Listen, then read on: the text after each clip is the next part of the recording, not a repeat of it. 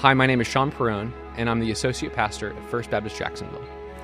I'm currently in the fight for my life, fighting stage 4 cancer, and I'm awaiting a transplant that will be my opportunity from a medical perspective to save my life.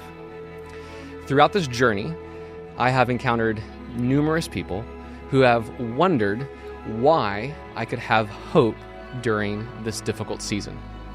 They say things like, "You have such a positive attitude," or "Your outlook on life is so good."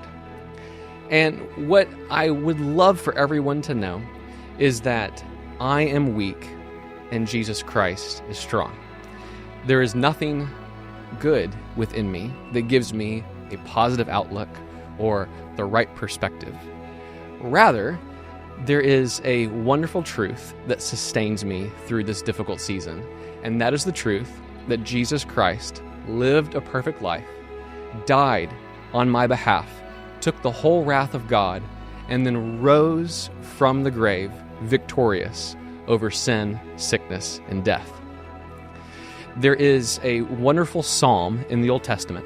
It's Psalm 16. It was written thousands of years before Jesus Christ was born. And in it, King David says this, "Preserve me, O God, for in you I take refuge. I say to the Lord, you are my Lord. I have no good apart from you." David knew that there was nothing good within him. And he realized that only the righteousness of God, only God's goodness, was the thing that was able to save him. And in Jesus, when we trust in him, receive that righteousness on our behalf so that we can be forgiven and made clean. It is possible to have hope because of what David says in these next verses. He says this, "I have set the Lord always before me.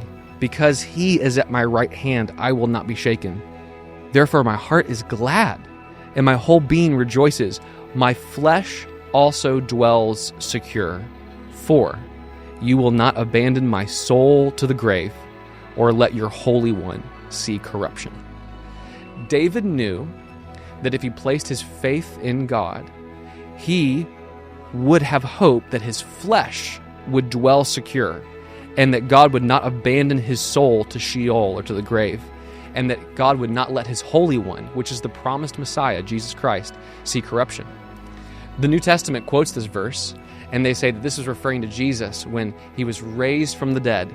God did not let Jesus' body rot in that tomb, but 3 days after he was crucified, he was resurrected to new life, and David placed his hope in Jesus. And God calls you, and God calls me, to place our faith in Jesus Christ. It is not about a good outlook or the right attitude or the right vibes or anything else internal within us that will sustain us through trials. Rather, it is about where is our faith? Is our faith in Jesus Christ and that he died for us and rose from the dead? Or is our faith in doctors? Is our faith in our circumstances? Is our faith in our finances? Is our faith in our human relationships? Is our faith in our own bodies and our own strength? All refuges fail us, except for the refuge that David mentions, the Lord. "Preserve me, O God, for in you I take refuge." I'm not sure what you're dealing with in your life. Maybe you're in a financial crisis. Maybe you're in a health crisis. Maybe you're just soaring through life with no problems. But one day, you will encounter in this broken world a big problem. You will encounter sickness, death, and pain. And the only way that you will make it is by placing your faith in our sure refuge, which is found in the resurrection of Jesus. So I would invite you today to turn away from trusting in yourself and to trust in Jesus Christ, and that is how you can have hope in the midst of great difficulty.